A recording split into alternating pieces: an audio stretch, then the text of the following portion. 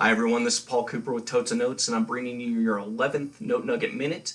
And on this episode, we're going to cover a few particular states and cities that have special rules that you may not want to invest in or that you just need to be mindful of. And so let's get started. The biggest one for me is going to be Illinois. Illinois, you have to be licensed, and it's not too hard to get licensed, but it is a little bit of a pain, and it does cost money. A lot of times you're going to need to end up having a lawyer help you with it, otherwise it's going to just keep getting rejected. And so it's a bit of an expense. And then the other thing is, in Illinois, Cook County is the greater Chicago area. And while there's money to be made there, the issue is it's almost impossible to foreclose. Foreclosures can take 5 years. The area is extremely corrupt and it's going to be extremely expensive. So it's usually better for most people just to not even invest there. And the second jurisdiction that's kind of weird is the Cleveland area. I believe it's Cuyahoga County.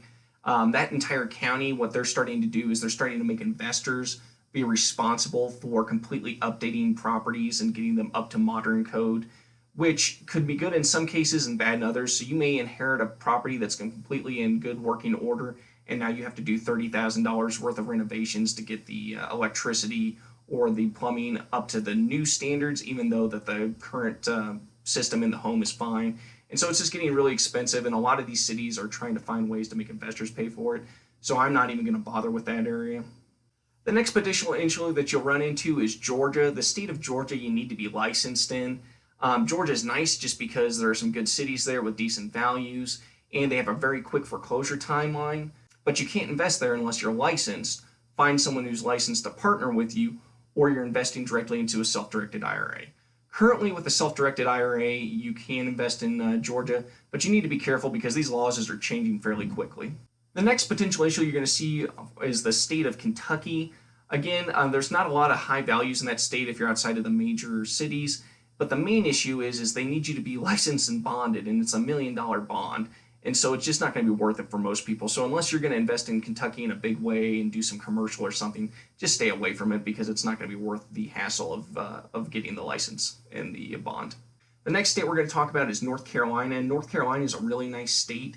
It's just the problem is everything there needs to be done by an attorney, and it's not super expensive, but it is an expense, and it has to be done by an attorney. You can't do it yourself.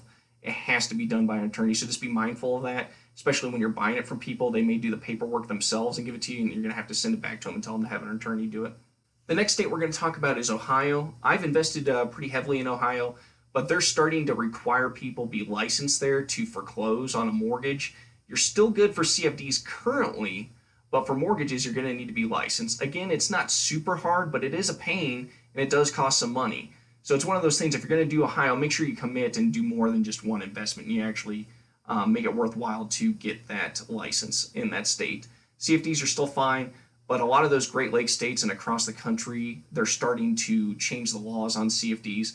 And so in some of these states, we'll probably see CFDs going away within the next 5 to 10 years, if not sooner.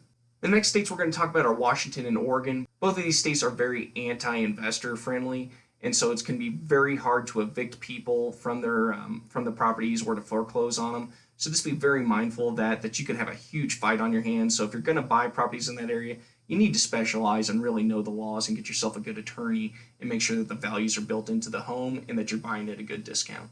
We're going to end this on a positive note and talk about Texas. Texas is a great state to invest in. They don't have CFDs anymore. Sometimes they'll write them currently, but they're only good for like 6 months just because they basically written them out of the law there, so it's only mortgages.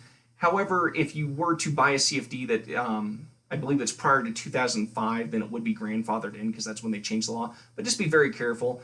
Mortgages are very straightforward, quick foreclosure, very popular state, good values, but you're going to pay more. So make sure that you don't overpay when you're bidding on Texas. And that's it for this episode. We talked about the Cleveland area, Chicago and Illinois, Georgia, Kentucky, Ohio, the Northwest, and Texas. And so that's pretty much it for the oddball municipalities and states. Again, these laws are changing quickly, so make sure that you're always staying up to date on them and check with an attorney if you're not familiar with the area. That's it for this episode, and we'll be bringing more videos to you soon.